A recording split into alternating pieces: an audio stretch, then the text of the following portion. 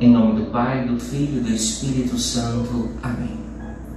Inspirai, Senhor, as nossas ações e ajudai-nos a realizá-las, para que em vós comece e para vós termine tudo o que fizermos. Por Cristo, Senhor nosso. Amém. Ave Maria, cheia de graça, o Senhor é convosco. Bendita sois vós entre as mulheres, e bendito é o fruto do vosso ventre, Jesus. Santa Maria, Mãe de Deus, rogai por nós, pecadores, agora e na hora de nossa morte. Amém. Em nome do Pai, do Filho e do Espírito Santo. Amém. Bem-vindos todos a mais uma noite da nossa oficina de oração. E eu quis iniciar hoje com esta canção do Tiago Brada, Minha Essência, porque ela será muito oportuna para nós na nossa reflexão. É tudo que eu tenho, recebe o meu nada. Conheces a minha essência, tu sabes por onde andei, os passos que eu dei. Deus sabe tudo. Mas, embora seja isso, Senhor, que eu te dou, e Deus acolhe e recebe de nós aquilo que nós somos e nós temos, Ele se mostra profundamente misericordioso para conosco, como bem nós ontem ouvimos. Se você fez o exercício espiritual de ontem, com certeza você fez a experiência de olhar para a sua história, o percurso da sua vida, ter feito uma reflexão profunda e ter visto as marcas de Deus na sua vida. Perfeito. É isso. É tudo que eu tenho. Recebe o meu nada. Tu sabes, Senhor, onde andei, os passos que eu dei. Mas agora, diante de Ti, eu me coloco na presença do Senhor e quero mudar. Veja que há uma profunda escuridão dentro de nós. Há dentro de nós uma opacidade, ou seja, uma treva que insistentemente tende a nos tirar da luz, que é Cristo. Mas nós podemos fazer o movimento contrário. Nós podemos sair da escuridão, das trevas, e poderemos encontrar a luz. Como fazer? Hoje, então, nós vamos dar o primeiro passo, o primeiro movimento da nossa formação espiritual a partir dos ensinamentos de Henri Nouwen. Nouwen, ele vai nos dizer que é necessário que nós tenhamos clareza deste percurso que nós vamos começar. Por isso ele usa uma historinha interessante que eu vou ler para vocês, da xícara vazia. Diz assim a história: acerca de um professor universitário que foi visitar um mestre de Zen para lhe fazer perguntas acerca dessa tradição. Nan Yin, o mestre de Zen, serviu-lhe o chá. Quando a xícara já estava cheia, ele não parou e continuou a derramar o chá dentro da xícara. O professor observou a xícara que estava transbordando até não mais se conter e disse: está cheia, já não pode ter mais, exclamou. Nan Yin replicou: tal como esta xícara, o Senhor está cheio de suas opiniões e especulações. Como posso ensinar-lhe, Zen, se primeiro não esvaziar a sua xícara? Interessante. Como posso beber de Deus se antes eu não esvazio de mim mesmo? A nossa tendência na formação é tentar encontrar a incompreensibilidade de Deus, ou seja, a gente busca entender Deus, a gente busca compreender Deus na nossa vida. Podemos ser competentes em muitas áreas, mas nós nunca seremos peritos nas coisas de Deus, porque Deus é absolutamente, infinitamente superior a nós. Deus é maior do que a nossa mente e nós não podemos apreender a Deus. Nós não podemos colocá-lo nos nossos limites e nos nossos conceitos. Então, se você tem aí essa ideia de que você precisa entender Deus, que precisa compreender os caminhos de Deus, lembre-se, ontem nós falávamos disso, mistério tremendo, alteridade do sagrado, ou seja, Deus tremendo porque Ele abala a nossa estrutura e nós nunca vamos conseguir atingir este conhecimento absoluto, porque Deus é maior do que qualquer conceito. Melhor dizendo, não há conceito humano que possa conceituar a Deus, porque Ele é Deus. Então Deus não pode ser limitado, Deus não pode ser apreendido, Deus não pode ser abarcado por nós, nem enquanto conceito, nem enquanto opinião, nem enquanto convicção específica. Deus é Deus. Todas essas experiências podem lembrar-nos da presença de Deus, mas a sua ausência não prova a ausência de Deus.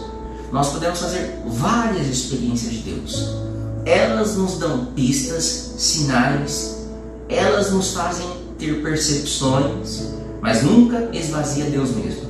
E o fato de não termos nada naquilo que nós chamamos de desolação, ou seja, aquela sensação de que estamos abandonados por Deus, isso também não prova a ausência de Deus. Temos de evitar a tentação de adaptar Deus aos nossos pequenos conceitos finitos. Assim também temos de evitar adaptar Deus aos nossos pequenos e limitados sentimentos, emoções. Cuidado de adaptar a Deus a nossos conceitos. Somos nós que precisamos ir ao encontro para beber da fonte. E Deus vai nos dar aquilo que é necessário o suficiente para que nós possamos crer.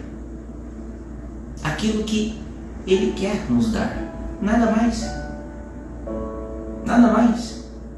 Nós só vamos apreender de Deus aquilo que Ele nos quer. E nós já ouvimos na história veterotestamentária do Antigo Testamento que Deus escolhe os seus e os capacita. Deus os revela. Nós vimos na história dos santos aqueles que foram escolhidos por Deus, e Deus deu dons.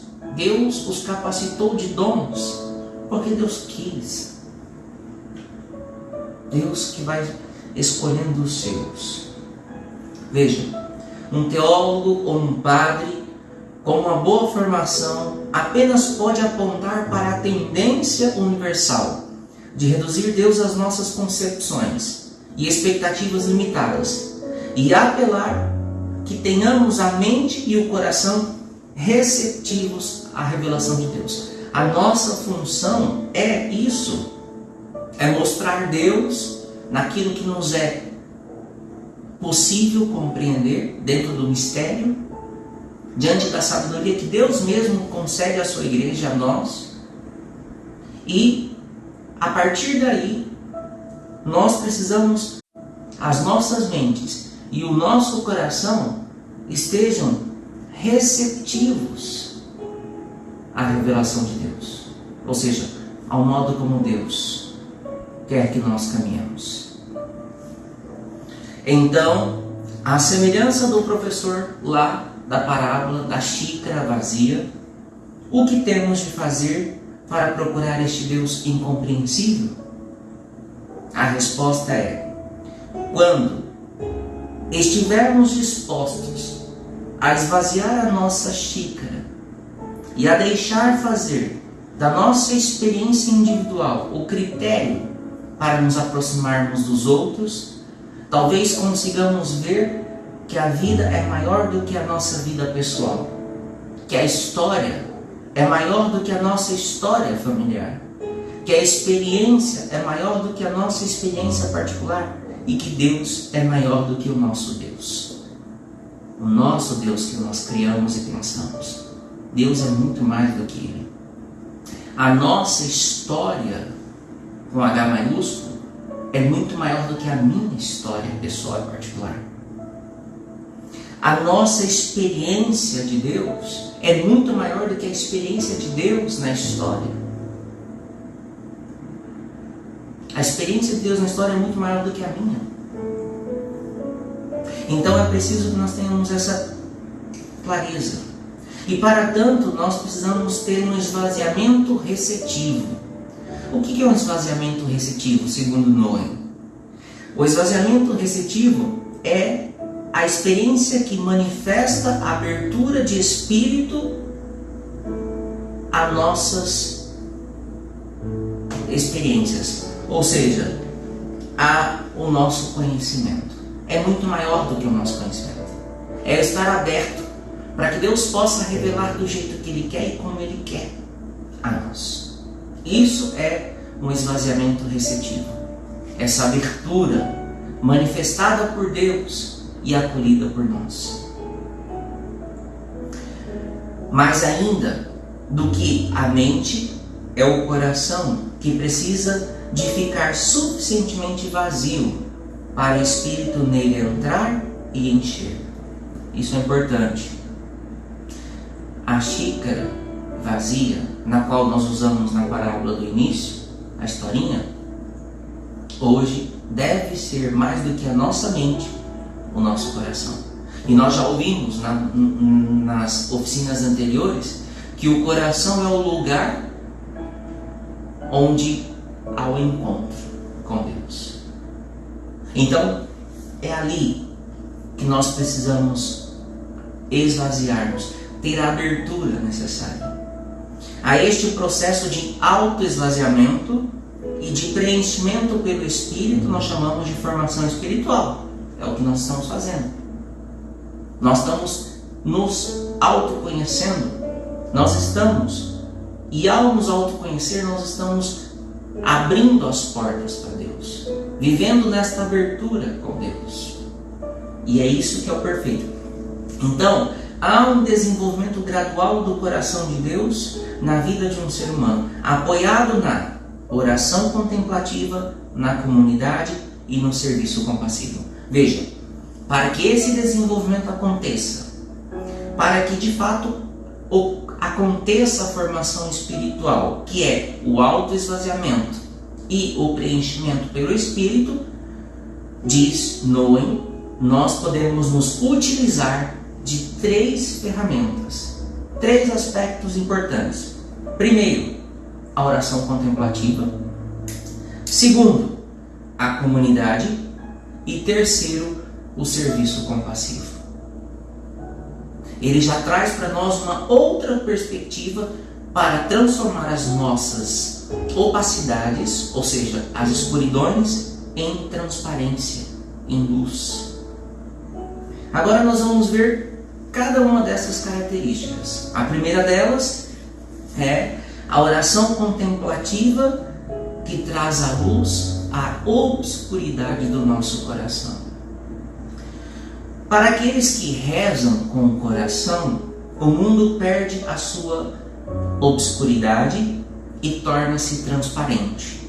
Isto é, o mundo das experiências começa a apontar para além de si mesmo, em direção à fonte luminosa da sabedoria e do entendimento, o domínio translúcido do Espírito de Deus.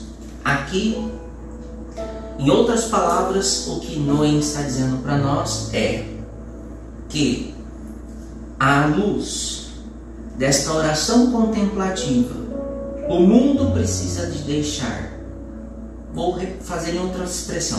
Nós precisamos nos deixar de sermos movidos por situações sensitivas para sermos movidos pela nossa intuição, ou seja, por uma relação com Deus, uma relação verdadeira e não só pelo sensitivo.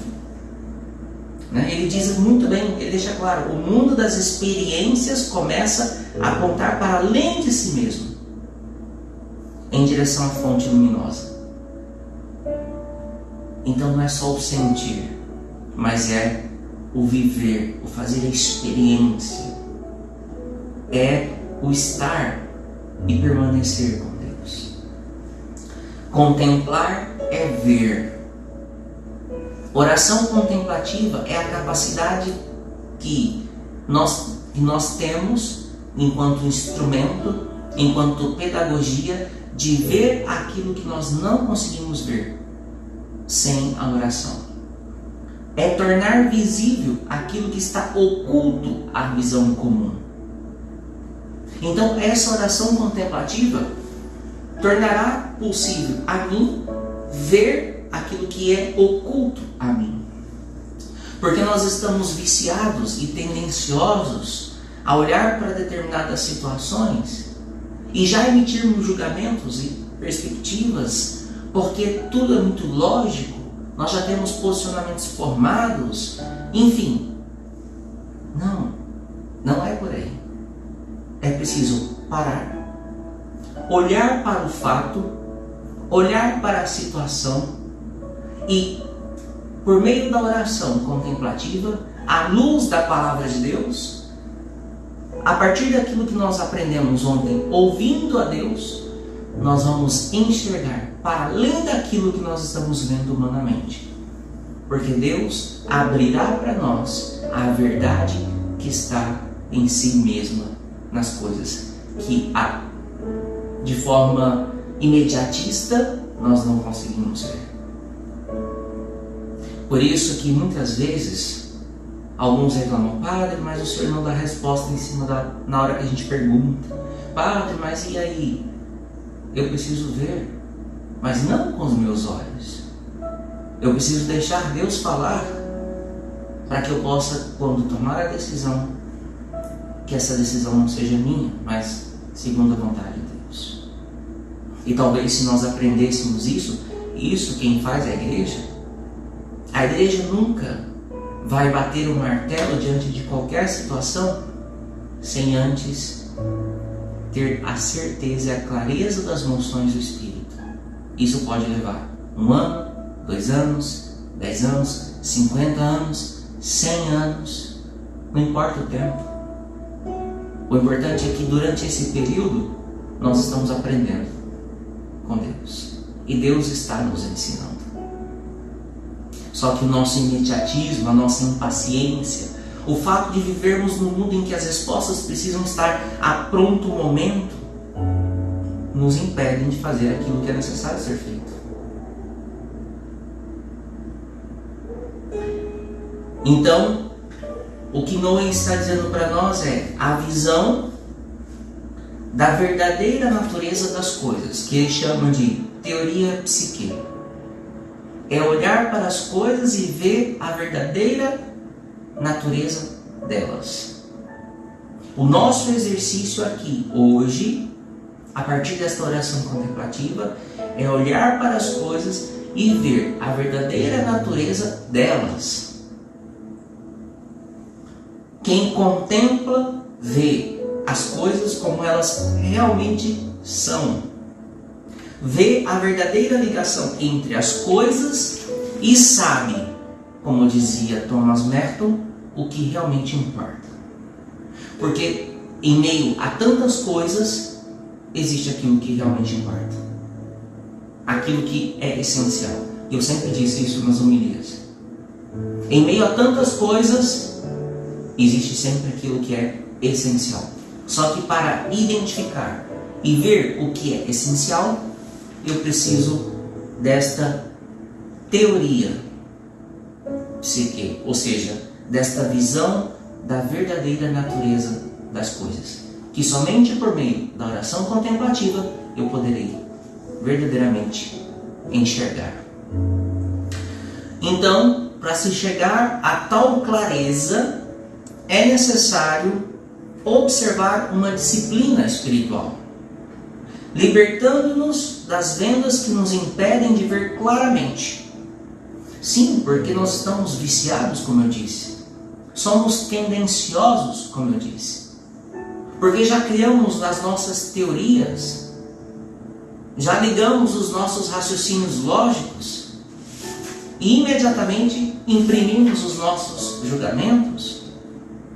Então é preciso que tenhamos essa disciplina espiritual para que a nossa posição e a nossa atitude diante das coisas seja outra.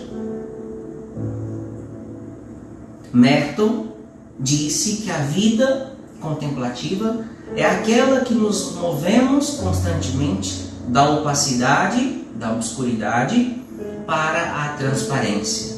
Do lugar onde todas as coisas são obscuras, densas, impenetráveis e fechadas, para o lugar onde essas mesmas coisas são translúcidas, abertas, permitindo que vejamos muito além delas mesmas.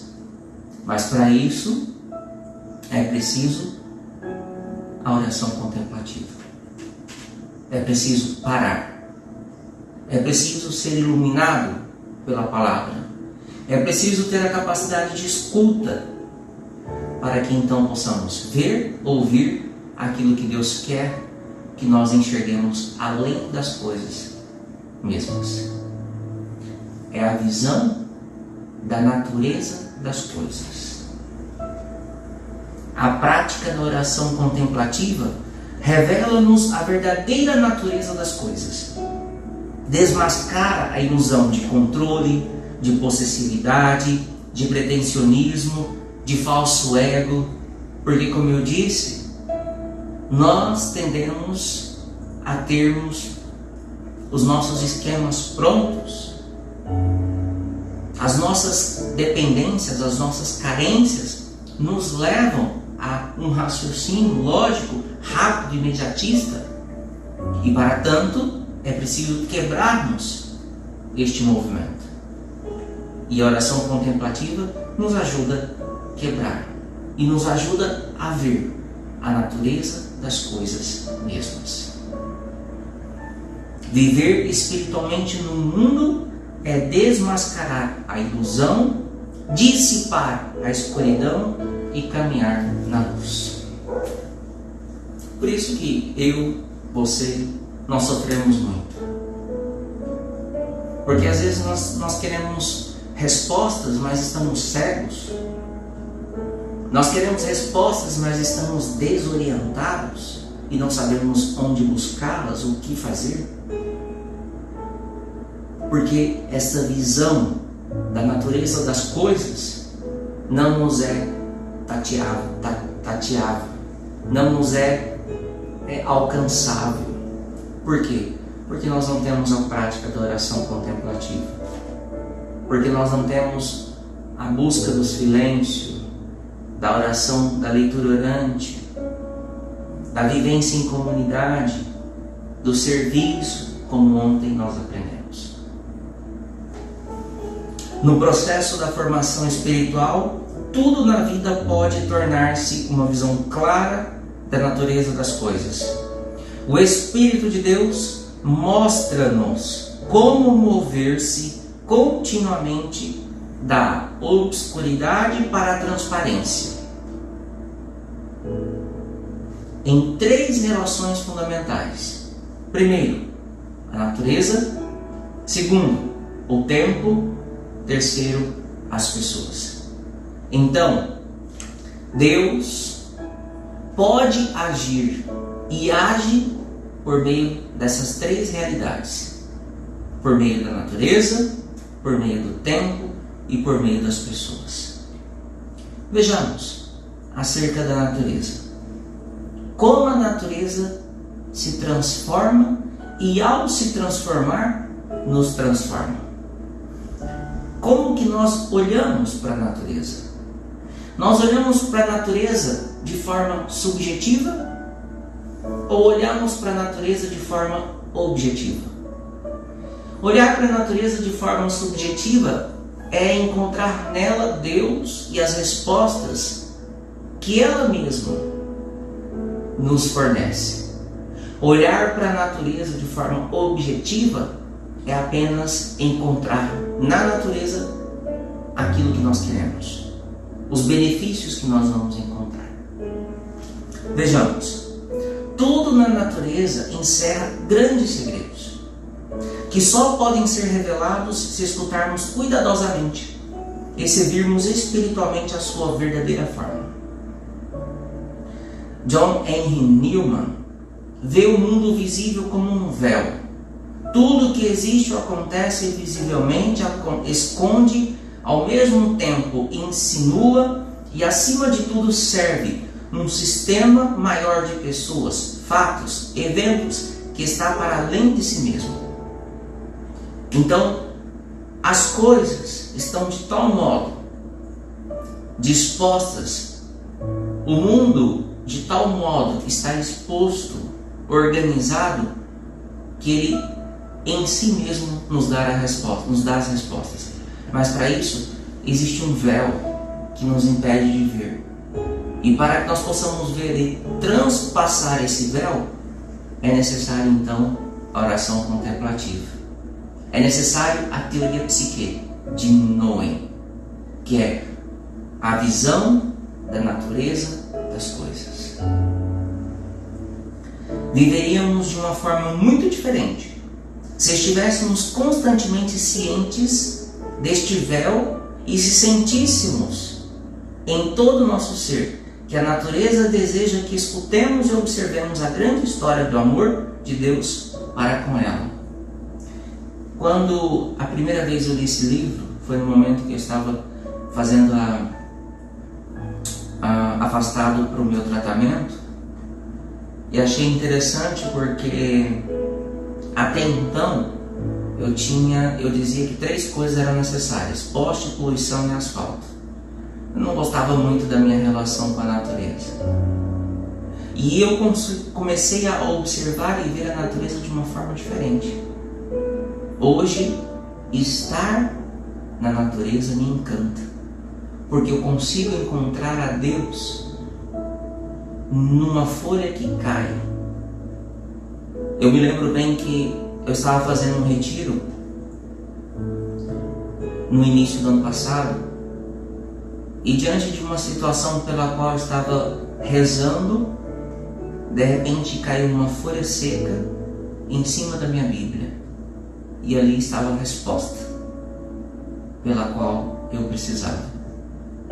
Uma simples folha que caiu diante daquela natureza verde, mas era uma folha seca. Encontrar na natureza as respostas, porque é encontrar Deus. Deus é o Senhor da criação. Então, Deus está. As marcas de Deus estão nessa criação. Então, quando nos relacionamos com as árvores, os rios, as montanhas, os campos e os oceanos, considerando-os objetos que podemos usar de acordo com as nossas pretensas ou reais necessidades, a natureza permanece obscura e não nos revela a sua verdadeira essência. Porque quando eu olho para uma árvore, eu vejo uma cadeira, então eu já objetifiquei a natureza. Eu vou retirando dela o sentido dela mesma e vou imprimindo sobre ela aquilo que eu quero, o significado que eu quero dar à natureza. São sinais opacos, obscuros da sociedade que se manifestam na situação pela qual nós estamos vivendo, ecológica, revelando a nossa falsa relação com a natureza. Mas é claro que se contemplamos a criação, em vez de a manipularmos, podemos ver a natureza como uma dádiva de Deus que devemos acarinhar e cuidar. Então, ela torna-se transparente e a vida começa a falar uma nova linguagem, revelando-nos a bondade e a beleza de Deus. Aqui, enquanto eu lia e rezava sobre essa parte, me fez pensar agora na realidade do meu sobrinho, nas crianças, por exemplo. A criança, quando ela é bebê está crescendo, tudo que ela faz, para nós, é algo incrível. A gente acha fantástico. Ela simplesmente disse: oi, mamãe. Nós achamos o máximo. Porque ela revela em si mesmo a sua simplicidade. Ela revela em si mesmo a beleza. Agora, quando nós vamos nos tornando adultos, essa subjetividade, essa particularidade, esse encanto vai se tornando em objetividade, em produção, em responsabilidade. E aquela criança já não tem mais aquela atenção, porque ela já é uma adulta, uma adolescente, e nós a vemos de uma forma diferente. É preciso olhar para a essência. É preciso olhar para as características. E não de forma objetiva, mas na sua subjetividade. A outra característica é converter o tempo.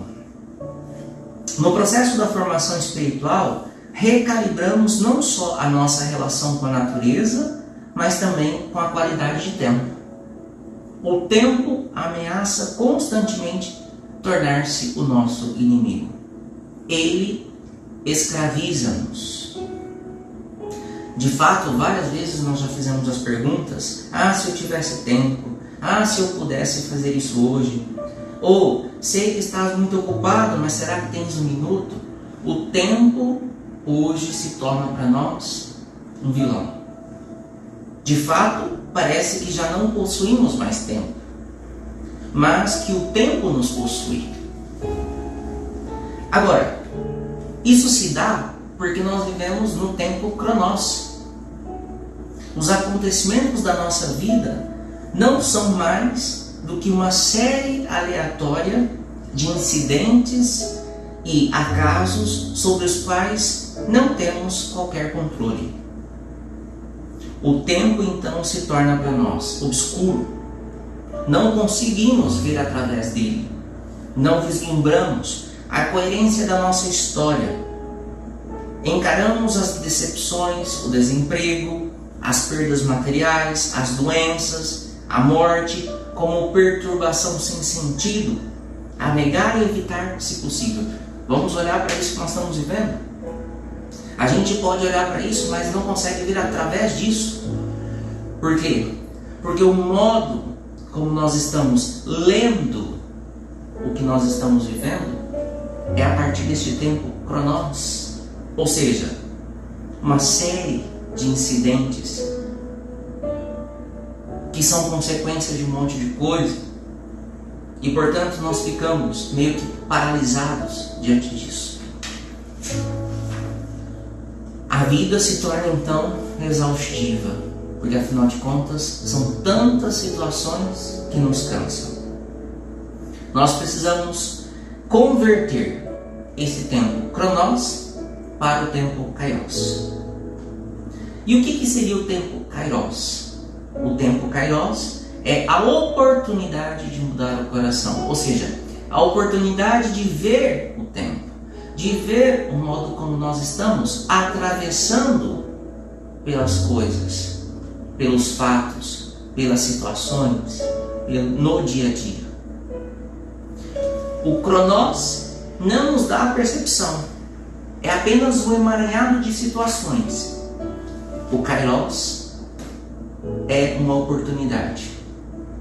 Uma oportunidade que Deus nos dá de mudar o nosso coração, ou seja, o modo de ver. O modo de ver como nós estamos vivendo. Começar a entender que os muitos eventos do nosso dia a dia, da semana, do ano, de obstáculos, uma vida preenchida e repleta de sentido, mas melhor dizendo, há uma vida preenchida e repleta de sentido, mas são o caminho para isso. é uma verdadeira experiência de Deus. Ou seja, é preciso que nós entendamos e compreendamos que nós não podemos olhar para as situações, nelas por si mesmas, mas nós precisamos encontrar o sentido delas, o porquê delas e a oportunidade que essa situação está me dando de mudança. E aí sim, ela se torna um caminho, uma verdadeira experiência de conversão, e não apenas um percurso a percorrer, exaustivo, cansativo, repetitivo, sem sentido. Quando descobrimos que escrever cartas, ir às aulas, visitar amigos, cozinhar e até lavar a louça não são atividades aleatórias, mas contêm em si mesmas o poder transformador de recriação, passamos do tempo vivido como o Cronos para o tempo vivido como o Kairos. Então a gente vai entender que este é o tempo certo, o momento real, a oportunidade para mudar e a oportunidade da nossa vida. E aí eu posso colocar aqui, encaixar nisso daqui, a situação que nós estamos vivendo, a quarentena do coronavírus. Eu posso entender e passar por essa quarentena olhando para ela como Cronos, de forma exaustiva, sem pensar, aguentando aos poucos, enfim. Ou eu posso dizer, este é o tempo certo, é o momento concreto, é a oportunidade que eu tenho para mudar, é a oportunidade da nossa vida, de olhar para a minha vida, de olhar para o outro, de olhar para Deus e de olhar para o mundo de uma forma diferente. É isso. É o tempo Kairos. E isso nos deixa em paz. Na vida e no mistério de Jesus, todos os acontecimentos são reconhecidos como Kairos. Todos. Todos os acontecimentos foram reconhecidos como Kairos. Vive cada momento da sua vida encarando como uma oportunidade para renovar todas as coisas. Vou repetir. Viva cada momento da sua vida como uma oportunidade para renovar todas as coisas. O que precisa ser renovado hoje na sua vida. Em meio a toda essa bagunça, a toda essa obscuridade, em meio a este medo, em meio às incertezas, o que é preciso mudar? Talvez a confiança? Talvez a minha relação de intimidade? É isso que precisa mudar? Finalmente, quando a morte física de Jesus é transformada em vida ressuscitada, Jesus liberta a história humana do meramente cronológico para chegar ao tempo de Deus. Jesus nos mostra que as coisas não se resumem no aqui e agora. Jesus nos mostra que há um horizonte maior. Há um véu, como eu disse há pouco, que nos impede de ver algo muito maior. Então por isso que nós estamos aqui. É preciso viver o tempo Kairos. É o tempo certo, é o momento concreto, é a oportunidade de mudança, talvez é a oportunidade da nossa vida. Se você está na condição que está, e não importa qual seja, é porque Deus, de alguma maneira, está dizendo para você: o que eu quero de mudança? Diz Deus. O que é preciso mudar a partir de agora? Assim, com olhos de fé, podemos aprender com os acontecimentos da nossa vida e receber o que quer que aconteça, sabendo que vem das mãos de Deus. Até os tempos difíceis e penosos podem ser convertidos em ocasiões para aprender e para nos moldarmos na pessoa que realmente somos, conduzindo-nos à fonte de cura e de salvação. Vou repetir. Essa frase é importante. Vou repetir. Sobretudo você que agora está com medo. Sobretudo você agora que se sente culpado, talvez por alguma situação, ou por acusações, ou por situações de conflito. Enfim, não sei qual é a dificuldade. Observa essas palavras de Noé com os olhos da fé, olhando com o tempo kairos, diante da oração contemplativa, a teoria psique, ou seja, a visão da natureza das coisas, nós podemos aprender com os acontecimentos da nossa vida e receber o que quer que aconteça, sabendo que vem das mãos de Deus. Porque Deus é o único que é capaz de transformar todo mal num bem. Até os tempos difíceis e penosos podem ser convertidos em ocasiões para aprender e para nos moldarmos na pessoa que realmente somos, conduzindo-nos à fonte de cura e de salvação. Deus não desiste de nós. Deus nos amou ao nos criarmos e Deus nos amou ao nos salvarmos. E Deus nos ama. E portanto, porque Ele nos ama, Ele não desiste de nós. A vida espiritual, portanto, oferece uma vida abundante que transforma todos os momentos em janelas, através das quais o invisível se torna visível. Perfeito. Muitas vezes a gente não consegue ver. A gente está dentro de um quarto escuro e existe uma janela fechada. E agora é possível abrir essa janela e ver o horizonte. É preciso, então, para que isso aconteça, esvaziar a xícara, para que então seja preenchida por Deus, pelo Espírito de Deus. Já vimos a primeira questão, que era a natureza, a segunda, o tempo, agora a terceira, as pessoas. Para aqueles que rezam, as pessoas tornam-se cada vez mais transparentes. Com as pessoas, a importância da contemplação como visão da natureza das coisas torna-se evidente.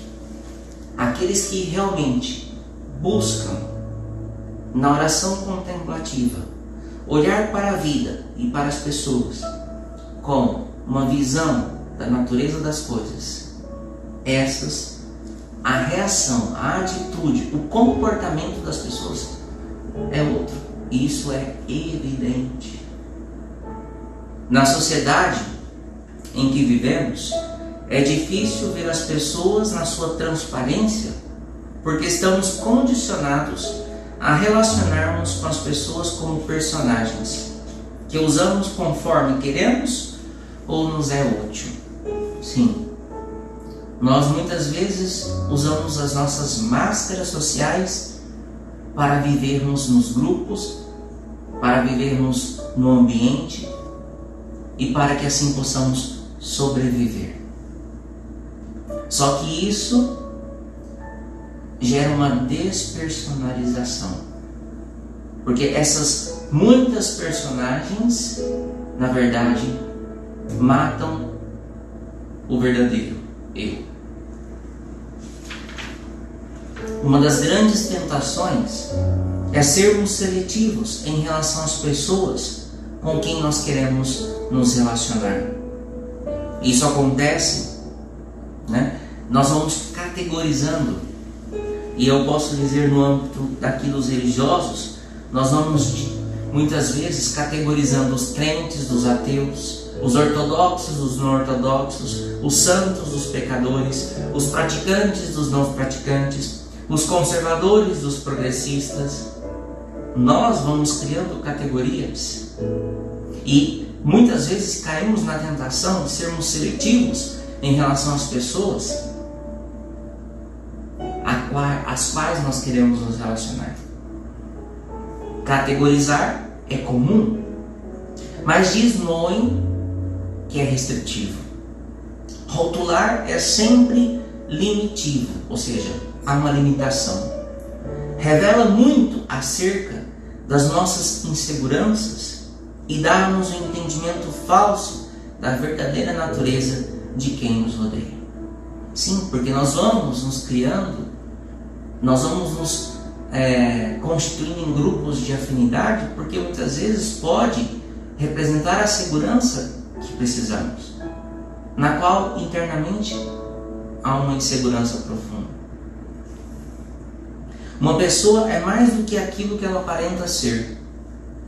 Se você se relaciona comigo apenas porque eu posso fazer algo por você, ou porque me pode usar para os seus objetivos, então eu não vou me revelar e não vou revelar o melhor de mim, porque é uma relação de objetividade, de troca retributiva. Eu vou estar sempre na defensiva e poderei esconder os meus sentimentos e os mais genuínos sentimentos. Agora, se você vem a mim mais do que a minha aparência e aquilo que eu desempenho, se me vir como uma pessoa única, se você me ver como uma pessoa única, poderei então comunicar consigo a um nível mais profundo e talvez até partilhar os meus segredos. Porque eu vejo abertura, porque eu vejo confiança e segurança.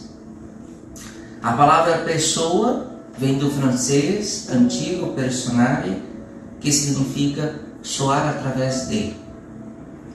A nossa tarefa espiritual é resistir à tentação de categorizar, catalogar os nossos semelhantes segundo as funções que desempenham a sua aparência e vê-los antes como pessoas que soam através de uma realidade muito maior do que aparentemente elas apresentam.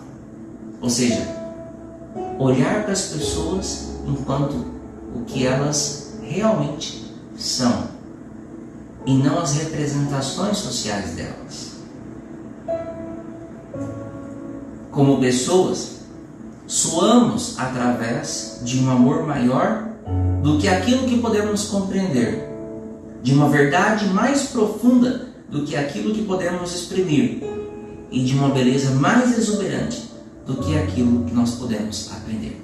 Porque nós somos um mistério tremendo. Nós ouvimos isso ontem. Então não tem como eu criar equações sobre o outro, categorizar o outro e muito menos criar expectativas em relação a este outro. Quando, em contemplação, somos capazes de entender toda a vida como uma dádiva, podemos reconhecer as pessoas na nossa vida como as maiores dádivas de Deus. Já não são meras personagens a desempenhar um papel, mas tornam-se pessoas com quem podemos formar comunidade e através de quem podemos falar. perfeito. Entender a vida como uma dádiva e entender o outro que está diante de mim como uma dádiva. Quando nos tornamos pessoas uns para os outros, transcendemos as limitações da nossa própria aparência e apercebemos-nos do nosso próprio propósito maior enquanto povo de Deus. E aí as nossas limitações, elas são supridas e suprimidas por aquilo que é próprio nosso cristão.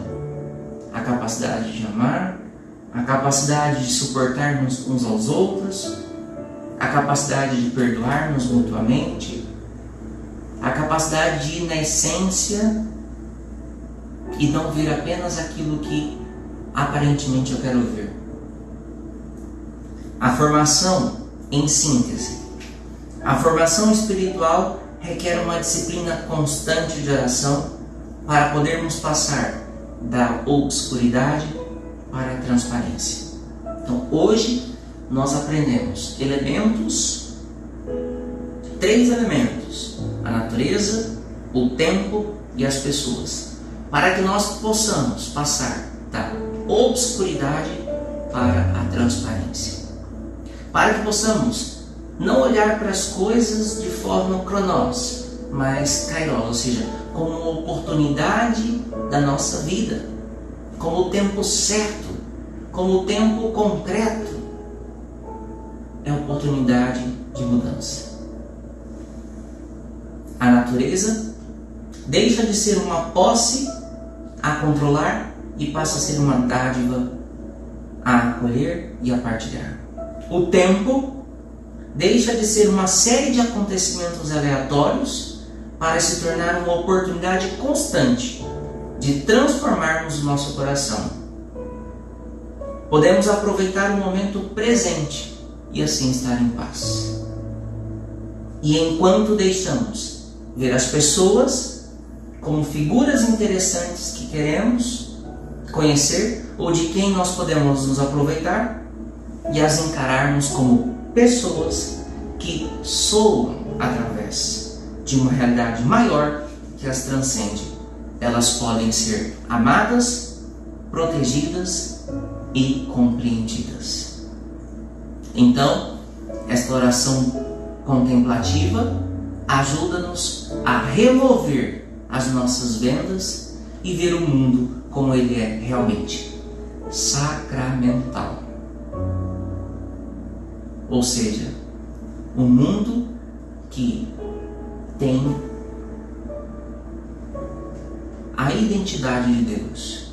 Um mundo, uma criação na qual nós podemos encontrar Deus. Essa é a nossa grande luta. Então, quando nós tiramos um momento para refletir num lugar tranquilo, a nossa mente e o nosso coração ficam sossegados. E neste sossego, tornam-se mais profundos e mais amplos, recebendo e revelando a característica eterna da vida e sua plenitude. É neste discernimento interior, crescente, do abraço eterno de Deus, que encontramos a nossa verdadeira liberdade. Mas para isso, é necessário tirar momentos para refletir num lugar tranquilo. A nossa mente e o nosso coração precisam estar sossegados para que então nós possamos encontrar e ver a natureza das coisas, que é Deus.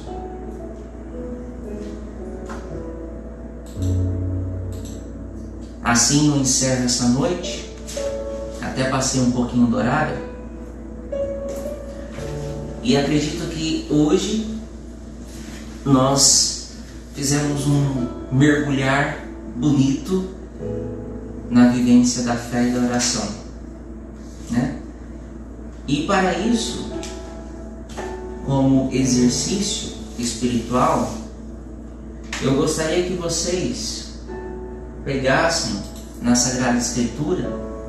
O texto base para nós hoje é o Evangelho de São Lucas, capítulo 9, versículos 28 a 36. Repito, Evangelho de São Lucas, capítulo 9, versículo 28 a 36.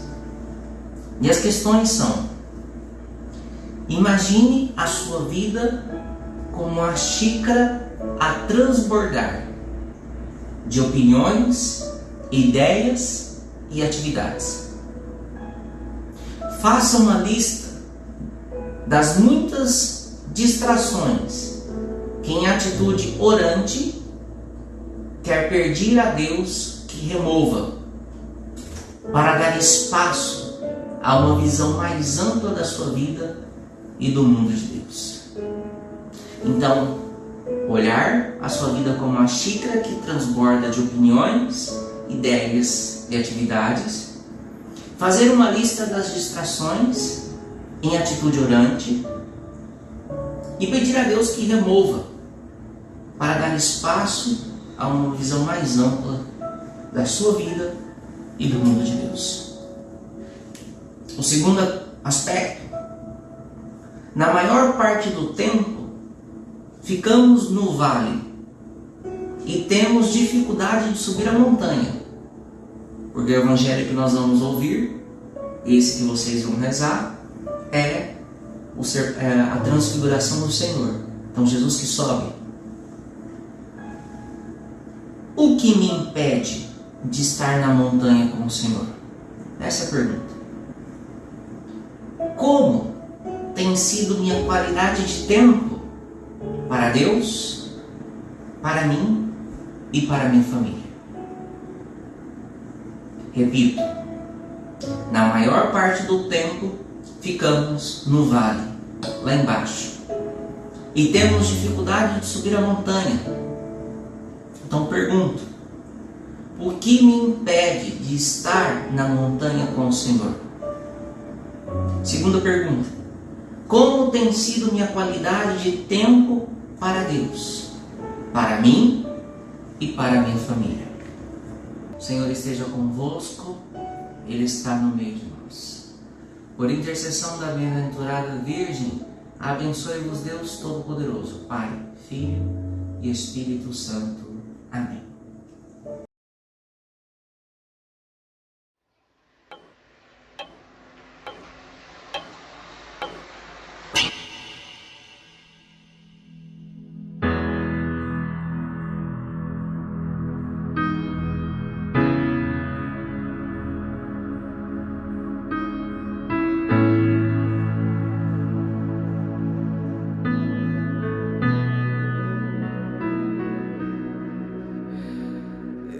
Essa é uma canção de amor.